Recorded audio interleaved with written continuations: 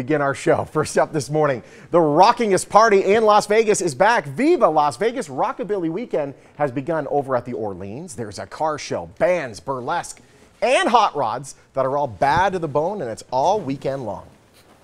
And here to get us ready going is Tom Ingram. He's here. How are you, Tom? I'm good, thanks. It's very nice to see you. She's micing up. We got a second microphone for us. Good morning. You know how it is. I mean, you put on a major show over at Rockabilly. Yes. So, you know, sometimes things go a little different than planned, but you keep going, don't you? I was DJing a club on last Saturday, and the CD got jammed in the CD player. Just wouldn't do anything, and I couldn't even eject it. I had to. What'd you do? I just grabbed the microphone, and while I sort of talking, just plugging stuff while... You got a vamp, is what they call it. You got a vamp. Yeah, there we go. So every year, I mean, you've been doing this now. This is your 21st year. Yes. Every year you have something amazing up your sleeve. What do you got planned for this year? Headliners on Saturday, the Stray Cats and Joey Lee Lewis and Dwayne Eddy. Oh, man. And the Stray Cats, it's their first show in 10 years. No kidding. Over 10 years, yeah. Wow. Are you serious? Yeah. Wow, that is so exciting. People they flock to this event. You heard Sean and I talking about how much people love the era of the 50s. Yes. What do you think it is that keeps people so connected with that time? I think it's because it's more than just the music. You've got a whole lifestyle built around it. Yeah. Mm-hmm. And it becomes more of a, or not more, but it becomes a hobby as well as an interest, as well as the music that you like. So it's everything. Was there ever a time where you weren't just obsessed with that era?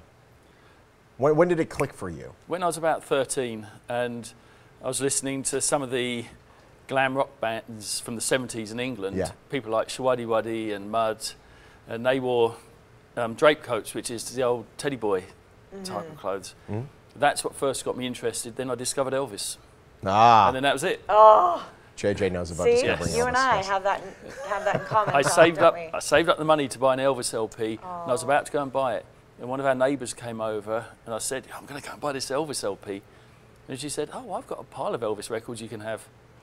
Wow. Original ones. And I've still got them. Oh, boy. I like this. Isn't that exciting? Wow. Oh, my goodness. Yeah. Treasure trove. Along with the music and Elvis go the cars. Yes. Now you have a whole car show this weekend. Tell us about it. Over 800 cars. Wow. All built before 1964 and period correct. No kidding. Ooh. Which means no modern fancy wheels. They're not putting GPS in these. Well, I just saw one that had plane wings. What was that? Oh, we have a few movie cars, and that's from a James Bond film. No kidding. So we just have a few interesting cars for people to look at. Oh, man. It's so incredible. It's so. How did you get, 21 years ago, where did you come up with the idea, you know what, we got to do this? I used to organise some weekend festivals, Rockabilly ones in England. So when I moved to California, I thought, right, I'm going to do weekenders. At first I thought California, but something was just telling me that's the wrong place. Oh. And then I heard some people talking about Vegas, with everything being 24 hours, and I just suddenly shouted out, Vegas, and everyone looked at me strange, and they said, what? I said, that's where I've got to do the event. Wow. And sort of set about finding a place, and I wasn't having a lot of luck, but then someone I knew who was a manager for a band called the Treniers, and he was also Liberace's manager. Yeah. Oh. And he said, oh, a friend of mine, he's in charge of entertainment at the Gold Coast. Yeah. So he put me in touch with the Gold Coast, and that was it. So that's why we started there, and then moved to the Orleans when we outgrew the Gold Coast. It's fantastic. It just fell into place.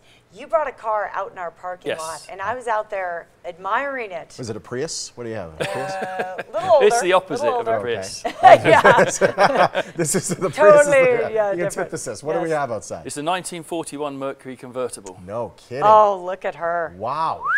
And you measure the gallons per mile, not the miles per gallon. Probably. Oh my goodness, look at that. That is gorgeous. How long have you had this car? I've only had this about 6 months, and it's actually a very interesting story.